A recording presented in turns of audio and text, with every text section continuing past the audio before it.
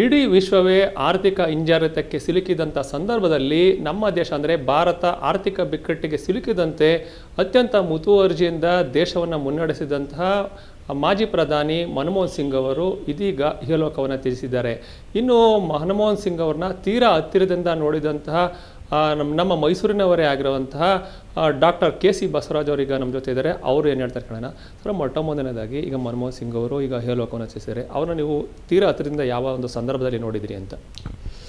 2012ರಲ್ಲಿ ನನ್ನನ್ನು ದೆಹಲಿಯ ಒಂದು ಸಮಾವೇಶದಲ್ಲಿ ಅಖಿಲ ಭಾರತ ರೈತ ಸಂಘಟನೆಗಳ ಅಧ್ಯಕ್ಷನನ್ನಾಗಿ ಆಯ್ಕೆ ಮಾಡಿದರು. ಆ ಸಂದರ್ಭದಲ್ಲಿ ನಾವು ಒಂದು ದಿನದ ಚರ್ಚೆ ಮಾಡಿ ಆ ಚರ್ಚೆಯ ನಿರ್ಣಯಗಳನ್ನು ಪ್ರಧಾನಿಯವರಿಗೆ ತಲುಪಿಸ್ಬೇಕು ಅಂತ ಅವ್ರ ಹತ್ರ ಭೇಟಿ ಕೇಳ್ಕೊಂಡ್ವಿ. ಭೇಟಿ ಕೊಟ್ಟರು. ಆಗ ನಾವು ಸುಮಾರು 2 ತಾಸು ಅವರೊಟ್ಟಿಗೆ ನಾವು ಚರ್ಚಿಸಿದಂಥ ವಿಷಯಗಳು, ಅದ್ರ ಮೇಲೆ ಮಾಡಿದಂಥ ನಿರ್ಣಯಗಳ ಬಗ್ಗೆ 2 ಗಂಟೆ ಚರ್ಚೆ ಮಾಡಿದ್ವಿ.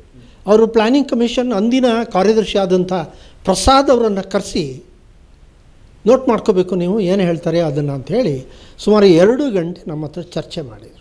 ಅದು ಮೊದಲನೇ ಭೇಟಿ. ಆಮೇಲೆ ನಾವು ಬೇರೆ ಬೇರೆ ಸಂದರ್ಭದಲ್ಲಿ ಅಖಿಲ ಭಾರತ ಮಟ್ಟದ ಸಮಾವೇಶವನ್ನು ದೆಹಲಿಯಲ್ಲಿ ಮಾಡಿದಾಗ ಅವರಿಗೆ ಮನವಿ ಅರ್ಪಿಸೋಕ್ಕೆ ಹೋಗ್ತಾಯಿದ್ವಿ. ನಮಗೆ ಬಹಳ ಸುಲಭವಾಗಿ ಅವ್ರ ಸಂದರ್ಶನಕ್ಕೆ ಕೊಡೋರು ಅವಕಾಶ. ಯಾಕೆಂದರೆ ರೈತರು ಪ್ರತಿನಿಧಿಗಳು ಅಂತ ಅನ್ನುವಾಗ ಬಹಳ ಸರಳವಾಗಿ ನಮಗೆ ಆಯಿತು ಬನ್ನಿ ಸಂಜೆ ಮೇಲೆ ಬನ್ನಿ ಇಷ್ಟೊತ್ತಿಗೆ ಅಂತ ಹೇಳೋರು. ಹಾಗೆ 3 ಬಾರಿ ನಾವು ಭೇಟಿ ಮಾಡಿದ್ದೇವೆ. ಆಮೇಲೆ ಈಗ ದೇಶ ಒಂದು ಆರ್ಥಿಕ ಬಿಕ್ಕಟ್ಟಿಗೆ ಸಿಲುಕಿತ್ತು. ಆ ಒಂದು ಸಂದರ್ಭದಲ್ಲಿ ಅವರ ಒಂದು ಮುತುವರ್ಜಿ ಯಾವ ರೀತಿ ಇತ್ತು ಸರ್? ನೋಡಿ, ಮೊಟ್ಟ ಮೊದಲನೇದಾಗಿ ಅವ್ರ ಹಣಕಾಸು ಮಂತ್ರಿ ಆದ್ರಲ್ಲ, 1991 ಇಸ್ವಿಯಲ್ಲಿ ಮಹಾ ಚುನಾವಣೆ ನಡೆಯಿತು. ಮಹಾ ಚುನಾವಣೆಯಲ್ಲಿ ಪಿ. ನರಸಿಂಹರಾಯರು ಗೆದ್ದರು. ಆಗ ಇವರು ನಮ್ಮ UGCಯ ವಿಶ್ವವಿದ್ಯಾಲಯ ಧನಸಹಾಯ ಆಯೋಗದ ಅಧ್ಯಕ್ಷರಾಗಿದ್ದರು. ನಮ್ಮ ಪಿ. ನರಸಿಂಹರಾಯರು ಬಹಳ ಮೇಧಾವಿಗಳು, ವಿದ್ವಾಂಸರು. ಅವರು ಈ ದೇಶದ ಪ್ರಧಾನಿ ಆದದ್ದು ಈ ದೇಶದ ಪುಣ್ಯ ಆವತ್ತಿನ ಕಾಲದಲ್ಲಿ. ಯಾಕೆಂದರೆ ಅವತ್ತು ಈ ದೇಶದ ಆರ್ಥಿಕತೆ ಎಂಥ ದುಸ್ಥಿತಿಯನ್ನು ಮುಟ್ಬಿಟ್ಟಿತ್ತು ಅಂದರೆ we were about to be pauperised, pauper ಆಗುವಂಥ ಸ್ಥಿತಿಯನ್ನು ಈ ದೇಶ ಮುಟ್ಬಿಟ್ಟಿತ್ತು 91ರ ಸಂದರ್ಭದಲ್ಲಿ. ಅಂತಹ ಸಂದರ್ಭದಲ್ಲಿ ಪಿ. ನರಸಿಂಹರಾಯರಂಥ ಮೇಧಾವಿಗಳು ಪ್ರಧಾನಿ ಆದರು.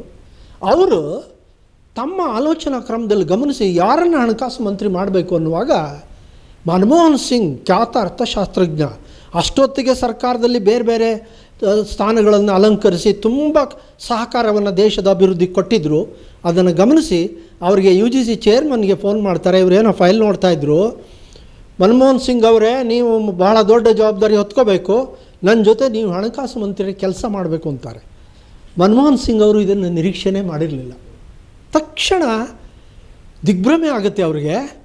ಆದರೂ ಈ ದೇಶದ ಪ್ರಧಾನಿ ಮಹಾಮೇಧಾವಿ ನನಗೆ ಅವಕಾಶವನ್ನು ಕೊಡ್ತಾ ಇದ್ದಾರೆ, ನಾನು ಬೇರೆ ಬೇರೆ ಹಂತಗಳಲ್ಲಿ ಕೆಲಸ ಮಾಡಿದ್ದೇನೆ, ಈ ದೇಶಕ್ಕಾಗಿ ಹಣಕಾಸು ಮಂತ್ರಿಯಾಗಿಯೂ ನಾನು ಕೆಲಸ ಮಾಡೋಣ ಅಂಥೇಳಿ ಆಯಿತು ಸರ್ ಅಂತಾರೆ. ಇವತ್ತೇನಾದರೂ ಬಹಳ ಸಂತೋಷವಾಗಿ ನಾವು ಈ ದೇಶ ಬಹಳ ಚೆನ್ನಾಗಿ ಬೆಳೀತಾ ಇದೆ ಅಂದರೆ ಅದಕ್ಕೆ ಕಾರಣ ಅಂದಿನ ಮನಮೋಹನ್ ಸಿಂಗ್ ಅವರು, ಅವ್ರ ಹಿಂದೆ ನಿಂತಹ ಪಿ. ನರಸಿಂಹರಾಯರು. ಧನ್ಯವಾದಗಳು ಸರ್. ಇದಿಷ್ಟು ಮನಮೋಹನ್ ಸಿಂಗ್ ಅವರ ಕುರಿತು ಹಿರಿಯ ಅರ್ಥಶಾಸ್ತ್ರಜ್ಞರಾಗಿರುವಂಥ ಡಾಕ್ಟರ್ ಕೆ.ಸಿ. ಬಸವರಾಜ್ ಅವರು ಹೇಳಿದಂಥ ಒಂದು ಮಾತು. ಕ್ಯಾಮರಾ ಪರ್ಸನ್ ಅರ್ಜುನ್ ಜೊತೆ ರಂಗಸ್ವಾಮಿ, ಪ್ರತಿನಿಧಿ ನ್ಯೂಸ್, ಮೈಸೂರು.